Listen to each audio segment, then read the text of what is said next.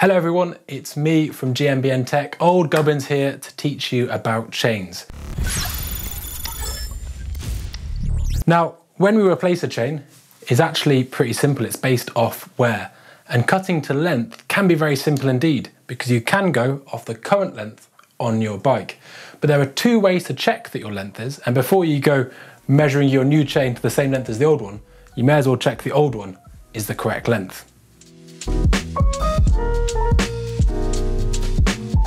So there are two main ways to check tension of your chain whilst it's on the bike. My preferred way is running it in the smallest cog at the back, and if you've got multiple chain rings on the front as well, the smallest there, and making sure the chain is just under tension by the jockey wheel and the cage here, just pulling up.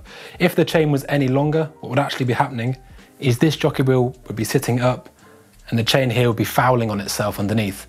So this is the second way, where you can see I'm measuring it off the big cog.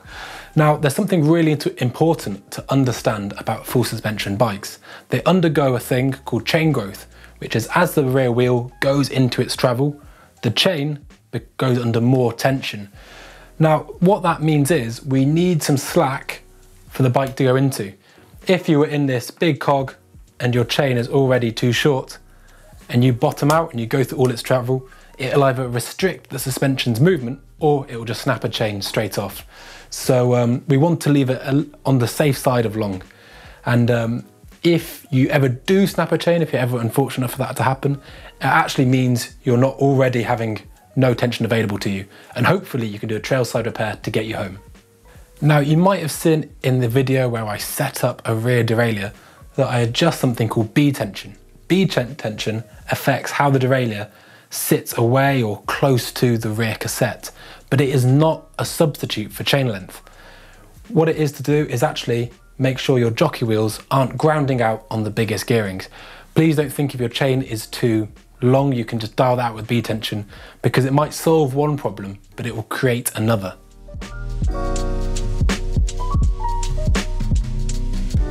So here we have a brand spanking new chain, and it's not one I prepared earlier, and we're going to go through the steps of setting the correct length in just a moment. But before we do, I want to talk you through one of these.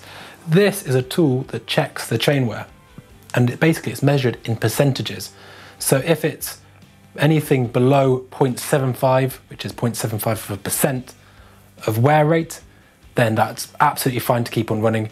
If you go over that, what that means is your drivetrain cogs, your cassette and your chainring, will be worn to such an extent that a brand new chain will slip on it. So it's really important, as soon as it gets to 0.75 wear, just swap out your chain. It will actually be cheaper in the long run. And please, please, please, please, please don't be one of those people that takes their bike into a bike shop, says, "Can you check the chain wear?" They check it and they say, "Is it worn? It doesn't look worn." If you could tell with your eyes, what would be the point of one of these tools? So really do trust them. They're super useful and it'll actually save you money in the long run. So if we go off one of those chain wear tools and our chain is only 0.75, it's actually sometimes worth keeping as a spare. If it is over 0.75, just bin it straight off. It can serve you no purpose. So we're going to use these quick link tools to take apart the chain there. But if it is broken, yeah, you can go straight in with the chain breaker.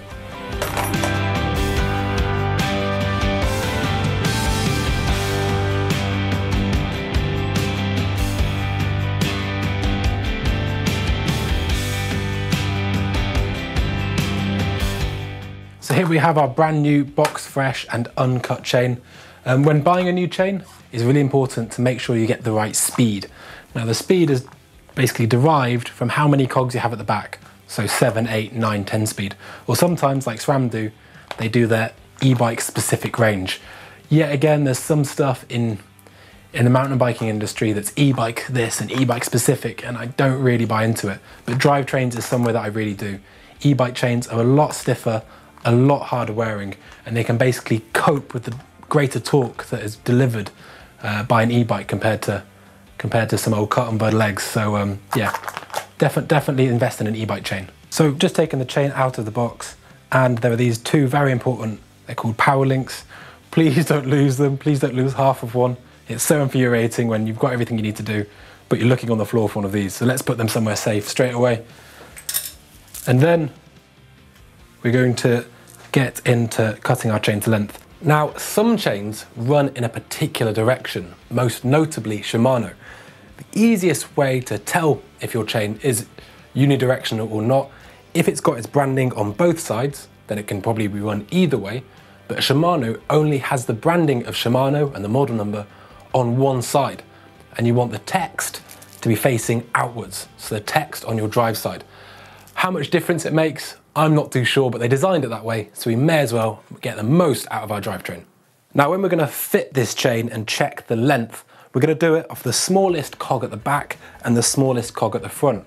Now, if you've got a 1x drivetrain, so you've only got one chainring, well, that makes the job that little bit easier. So now we're going to put the chain on the bike. So we start off really simply by you can literally just drop the chain straight down through there, but making sure it snakes through your jockey wheels. On a SRAM derailleur with the clutch on, this is incredibly easy to do. On a Shimano, it takes perhaps a little more thought, but it's relatively easy. There is a guard here which stops your chain derailing off. It's really important. An absolute rookie error is going around. Do you see how that's different? It's actually going around the back there. That is not the correct. It's commonly seen, but actually your chain should just drop straight through like so. So then we're just going to feed it over that small cog at the back and through. It sounds incredibly simple, and you're going to think I'm an idiot for saying, but I'm going to anyway. Really think about your stays. I've seen people route their chains over here before, you know, and it just means that when you cut it, it can just make you have to do the job twice, really. The next thing we're going to do is you can use the crank itself to drive the chain through. Now, some of the time when people are measuring their chain lengths, one of the errors they make is when they're getting tension, they let the chain derail off there, and so they cut it a lot shorter than they want it to be. But if you're very, very careful, you know, you can make sure that the chain is in contact with all the teeth it needs to be. And so you're going to get a really accurate length and consistent cut, really. Then we're going to disengage this clutch. It can kick back, so make sure it's not going to send your chain or anything else flying. Now I want you to imagine if we cut the chain at this length, it'd be too slack. So we're going to just bring it through until it's just lifting off itself. So I'm going to say that one there. Now, the way we replace our quick links, they are the two outer plates that replace the outer plates on the chain. So even though that link there is lined up perfectly with this one, the one we're actually going to break is the next one along, because this plate here will be replaced.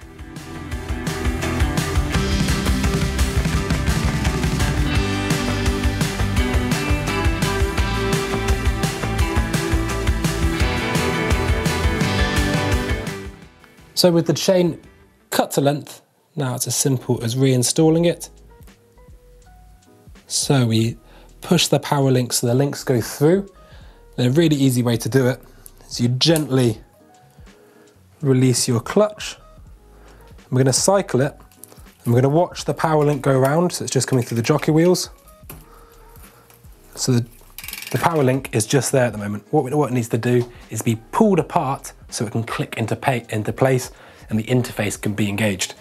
So we hold our wheel, we just pull on the crank, clicks in, nice and secure there. And yeah, the chain length looks really good. Under tension, even in its kind of smallest gear, where it's under its most slack.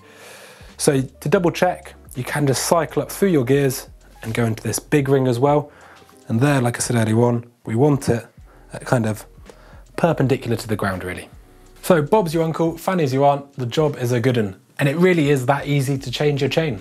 Once you've measured it once and you know that it's good, you can just cut the next one to length, so it's even easier.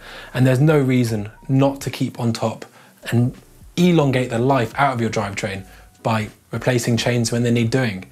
Now, if you found that informative and you like that sort of thing, I did a video for GMBN Tech talking about some unexpected but very useful tools that I'll always carry with me, which you click here. And if you want to see Neil and Chris being idiots on e-bikes, click down here.